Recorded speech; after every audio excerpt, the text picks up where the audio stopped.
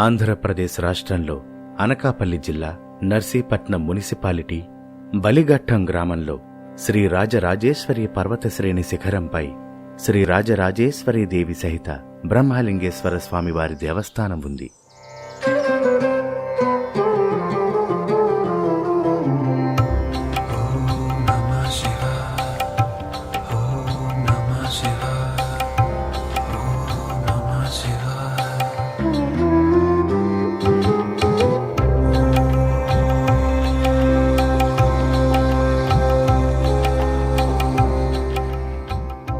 ఈ దేవాలయం అతి పురాతనమైనది.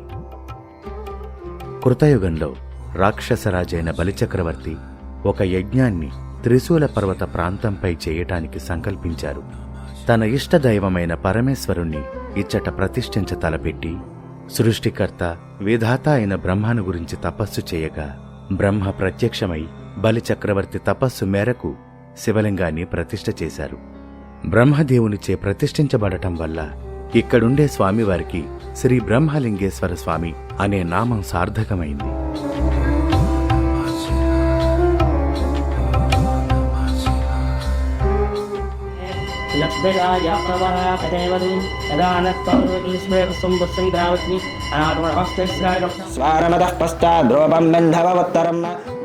ఈ దేవస్థానంలో ఉన్న మండపాలు మొత్తం 108 స్తంభాలతో నిర్మించబడ్డాయి. ఈ స్తంభాలు ఒకదానితో ఒకటి పోలిక లేకుండా వేరువేరు ఆకృతులతో చోళుల కాలంలో పునర్నిర్మించబడ్డాయి. బలిచక్రవర్తి యజ్ఞం చేసిన ప్రదేశం కావటంతో ఈ ప్రాంతంలో సహజ సిద్ధమైన విభూతి గనులు ఉంటాయి. వీటిని ఆనాటి హోమకుండములుగా చెప్పుకుంటారు. బలిచక్రవర్తి యజ్ఞం చేసిన ప్రాంతంలో ఘట్టము అనగా యజ్ఞము అని అర్థం. బలిచక్రవర్తి యజ్ఞం చేసిన స్థలం అవటం వల్ల ఈ ప్రాంతానికి బలిఘట్టం అనే పేరు ఏర్పడిందని పురాణం.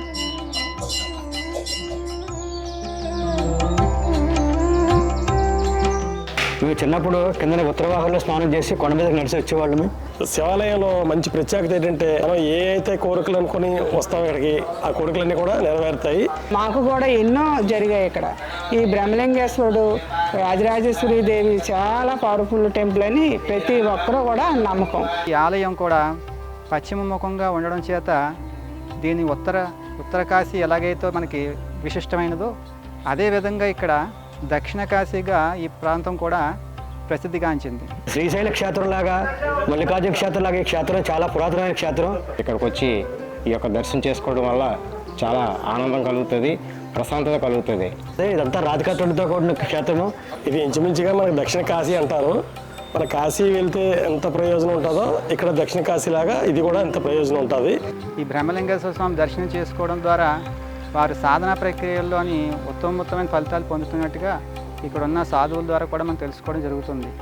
శ్రీ బ్రహ్మలింగేశ్వర స్వామి వారి నిత్యాభిషేకానికి నీటి కొరకు హిందూ మహారాజు తపస్సు చేయగా విష్ణుమూర్తి వరాహ రూపంతో నదిని సృష్టించినందున ఈ నది వరాహ నదిగా పిలువబడుతుంది. ఈ నది కొంతమేర ఉత్తర దిశగా ప్రవహించుట వల్ల ఉత్తర వాహినిగా పేరు వచ్చింది. ఈ పవిత్ర నదిలో స్నానం చేయగా అన్ని పాపాలు తొలగిపోతాయని భక్తుల నమ్మకం.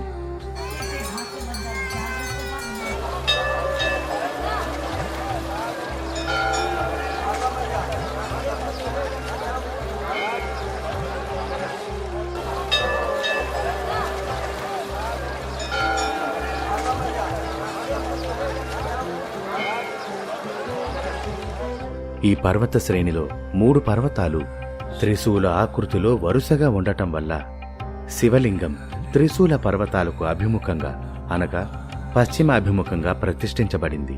శ్రీ బ్రహ్మలింగేశ్వర స్వామివారి ఆలయం ఉత్తర భారతదేశంలో ఉన్న కాశీలో శ్రీ విశ్వేశ్వర స్వామివారి ఆలయం వలె పశ్చిమాభిముఖంగా ఉన్నందున ఆలయము దక్షిణ కాశీగా పేరుగాంచింది.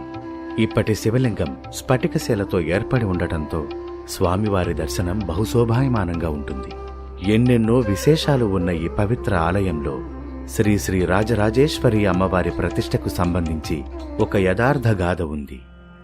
క్రీస్తు శకం 1840 నుండి 50 ప్రాంతంలో విజయనగర వాస్తవ్యులు అప్పటి నర్సీపట్నం తహసీల్దార్ గారైన శ్రీ సూకురు రామదాసు దంపతులు ఒక మహాశివరాత్రి సందర్భంగా లింగోద్భవ కాలంలో శ్రీ స్వామివారిని తన కుటుంబ సభ్యులతో కలిసి దర్శించి తిరిగి స్వగృహమునకు వెళ్లగా యవ్వనవతి అయిన తన కుమార్తె కాలం చేయటంతో జరిగిన సంఘటనకు ఆయన కుటుంబం బాధలో ఉన్నారు. ఒకరోజు తహసీల్దార్ రామదాసు గారి కలలో స్వామివారు కనిపించి, నా పార్వతి అంశతో జన్మించిన నీ కుమార్తెను నా భార్యగా స్వీకరించాను. శ్రీ రాజరాజేశ్వరి అమ్మవారి పేరున విగ్రహ ప్రతిష్ఠ గావించమని తహసీల్దారు గారికి కలలో ఆదేశించారు. ఆ విధంగా తహసీల్దారు గారు అమ్మవారి విగ్రహాన్ని ప్రతిష్ఠించి కార్తీక శుద్ధ ఏకాదశి నాడు శ్రీ బ్రహ్మలింగేశ్వర స్వామివారికి, శ్రీ రాజరాజేశ్వరి అమ్మవారికి కళ్యాణం జరిపించేవారు. అప్పటి నుండి ఈ ప్రాంతంలో ప్రతి సంవత్సరం కార్తీక శుద్ధ ఏకాదశి పర్వదినం నాడు పురాతన శివపార్వతుల ఉత్సవ విగ్రహాలతో శ్రీ స్వామివారి కళ్యాణోత్సవం, తిరువీధి ఉత్సవం జరపడం సాంప్రదాయమైంది.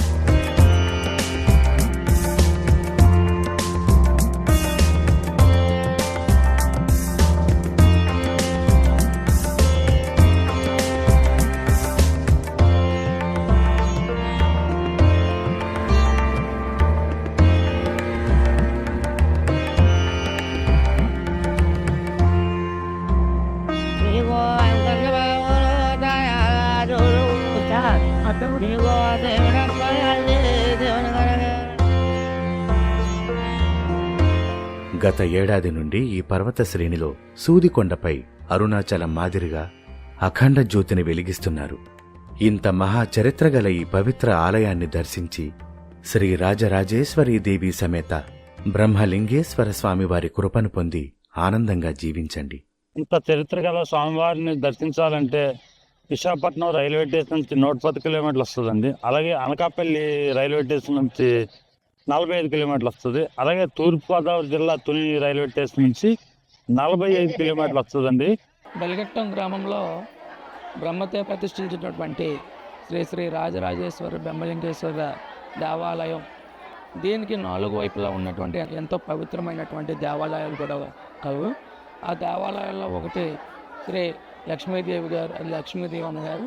అదేవిధంగా పక్కన ఉన్నటువంటి కొండపైన చిద్దిగాగనానంద ఆశ్రమం, బ్రహ్మానంద ఆశ్రమం కూడా ఆ పక్కనే గోశాలు కూడా కలదు. అదేవిధంగా ఉత్తరవాణి పక్కనే ఉన్నటువంటి శ్రీ పాకలపాడు గురుగారి ఆశ్రమం, అదేవిధంగా ఆ పక్కన ఉన్నటువంటి 20 అడుగుల ఉన్నటువంటి దత్తాత్రేయ ఆశ్రమం కానీ, అదేవిధంగా అన్నవరం దేవస్థానానికి ఈ మధ్యన దత్తత ఇచ్చినటువంటి సత్యనేశ్వరం దేవాలయం కూడా కలదు. కాబట్టి ఈ బ్రహ్మలింగేశ్వర స్వామి ఆలయంకు విచ్చేసినటువంటి ప్రతి భక్తులు కూడా ఈ 4 వైపులో ఉన్నటువంటి ప్రతి దేవాలయాన్ని కూడా దర్శించుకోవడానికి వీలుగా ఉంటుందని చెప్పేసి తెలియజేస్తాం.